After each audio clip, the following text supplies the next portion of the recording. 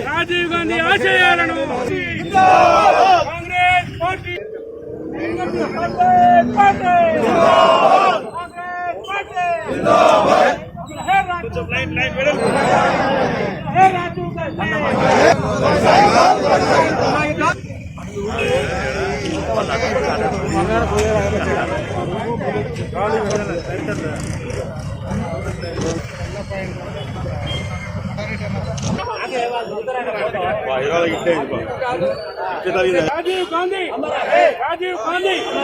రాజీవ్ గాంధీ ఆశయ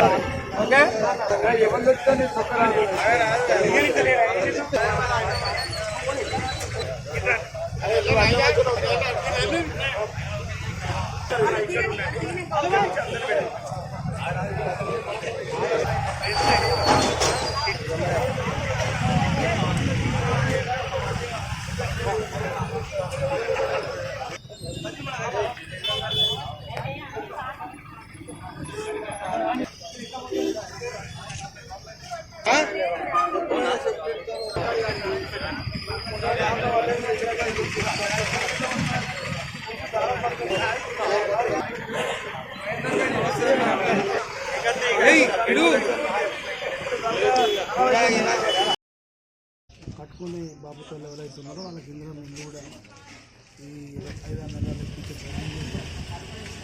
కంపల్సరీ అన్నీ అభివృద్ధి చేయాలని ఇందిరాగాంధీ నెహ్రూ తర్వాత రాజీవ్ గాంధీ లాంటి వాళ్ళు మన దేశానికి ప్రధానమంత్రులై చాలా గొప్ప గొప్ప పనులు చేశారు. ఈ నెలలోనే 14వ తారీఖు నాడు ఇంజనీరింగ్ కాలేజ్ ఓపెన్ అయింది. ఇంజనీరింగ్ కాలేజ్ ఓపెన్ అయిందంటే ఇప్పుడు ఈ మోడల్ లెవెల్ చదువుతలేని చదువుతున్నారు. ప్రతి సంవత్సరం చదువుతారు, లేదా 2 సంవత్సరాలు వాళ్ళని చదువుతారు. అంటే ఇంజనీర్ చదవాలంటే ఒకప్పుడు హైదరాబాదు, వరంగల్, కరీంనగర్ పోయేటువంటి పరిస్థితి ఉంది. మన ఊళ్ళోనే సైకిల్ మోటార్ పోయి నడిచిపోయి వచ్చే దూరంలో ఇంజనీరింగ్ కాలేజ్ వచ్చింది, మనకు ఆడియో వచ్చింది. మళ్ళీ చాలా అభివృద్ధికి సంబంధించిన కార్యక్రమాలు కూడా జరిగే అవకాశం ఉంది. మన శాసనసభ్యులు మంత్రి గారు కొన్న ప్రోగ్రామ్ మీ అందరి దగ్గరే మనందరి దగ్గర కాబట్టి ఇక్కడ కూడా ఎన్నోసార్లు వచ్చిండు. ఉదయం సాయంత్రం నడిచి వచ్చిండు, మళ్ళీ కూడా భవిష్యత్తులో కూడా వస్తాడు. రాజీవ్ గాంధీ గారి విషయానికి వస్తే 18 ఏళ్ళకి ఓటాకు వచ్చింది. ఢిల్లీ నుంచి డైరెక్ట్ జవహర్ రోజ్గార్ యోజన పేరు మీద డబ్బులు ఇచ్చిండు. తర్వాత మన దేశం ఇళ్ళల్లో ఇవాళ కలర్ టీవీలు ఉన్నాయి, సెల్ ఫోన్లు ఉన్నాయంటే దానికి కారణం రాజీవ్ గాంధీ. ఆ రోజుల్లో ఆయన బాగా చదువుకొని ఒక పైలట్గా నౌకరీ చేసి, ఆయన అంత పెద్ద కుటుంబంలో పుట్టిన ఆయన ఒక నౌకరీగా చేసిండు, విమానాలు నడిపేది. మన సొంతలో మా నాయన బొగ్గువేల పనిచేస్తే నేను నౌకరీ చేస్తాను. పేద కుటుంబాలైనా మన మనస్తత్వాలు ఇట్లా అయినాయి. వాళ్ళంతా గొప్పలైనా అట్లా వాళ్ళు పనులు చేసారు. ఎప్పుడైతే ఇందిరాగాంధీని సిక్కు తీవ్రవాదులు చంపారో ఆయన ప్రధానమంత్రి అయ్యాడు. మళ్ళా ఈ దేశానికి బాగా నష్టమైనటువంటి పని ఎల్టీటీ తీవ్రవాదులు చేస్తా అంటే దాన్ని అడ్డుకుంటే మానవ బాంబు రూపంలో ఆయన చనిపోయిండు.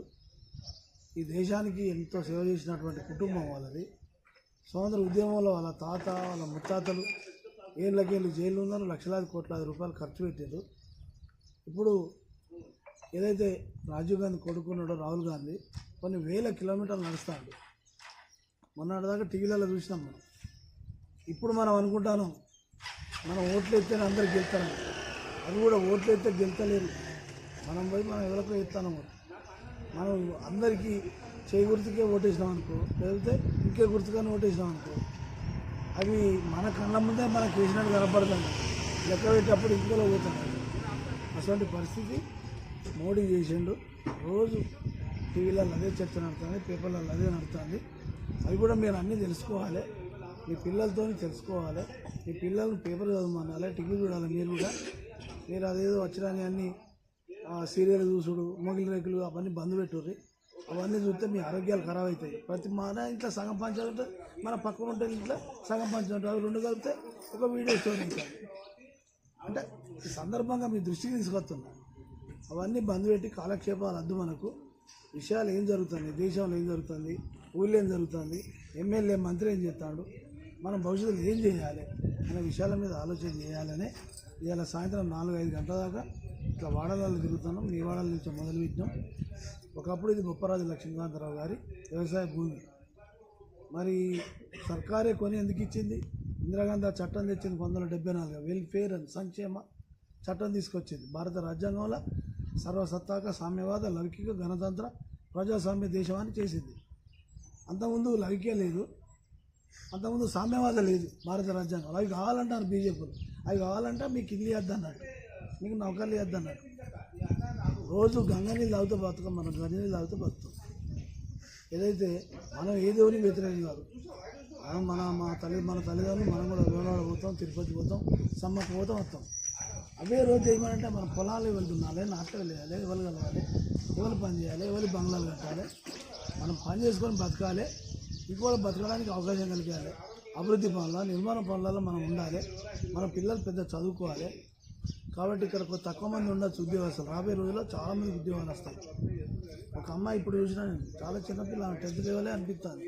ఆ వకీల్ అయిందట, వకీల్ సాబ్తో పోతాను. అట్లాంటి వాళ్ళు ఎంతమంది రావాలి ఇక్కడ, వకీళ్ళు, డాక్టర్లు, ఇంజనీర్లు వస్తే. ఇది ఒకనాడు సర్కారు ఇచ్చింది కావచ్చు ఈ స్థలమే శాశ్వతం ఉండద్దు. మీకు ఈ స్థలం మీకు ఉండాలి. ఇలాంటి స్థలాలు ఊళ్ళే లేదు. కరీంనగర్, హైదరాబాద్ కొనుక్కునే స్థాయికి మీ పిల్లల ద్వారా మీరు ఎదగాలి. అట్లా ప్రయత్నాలు చేయాలి అని తెలియజేస్తూ మీ అందరికీ ప్రత్యేకంగా రాజీవ్ గాంధీ పుట్టినరోజు 81 సంవత్సరాలు మీ అందరికీ మనస్ఫూర్తిగా అభినందనలు, శుభాకాంక్షలు తెలియజేస్తూ తెలియజేసుకుంటున్నాను. మన ఛానల్ని చూస్తున్న ప్రతి ఒక్కరూ సబ్స్క్రైబ్ చేసుకొని లైక్ చేసి షేర్ చేయడం మర్చిపోకండి.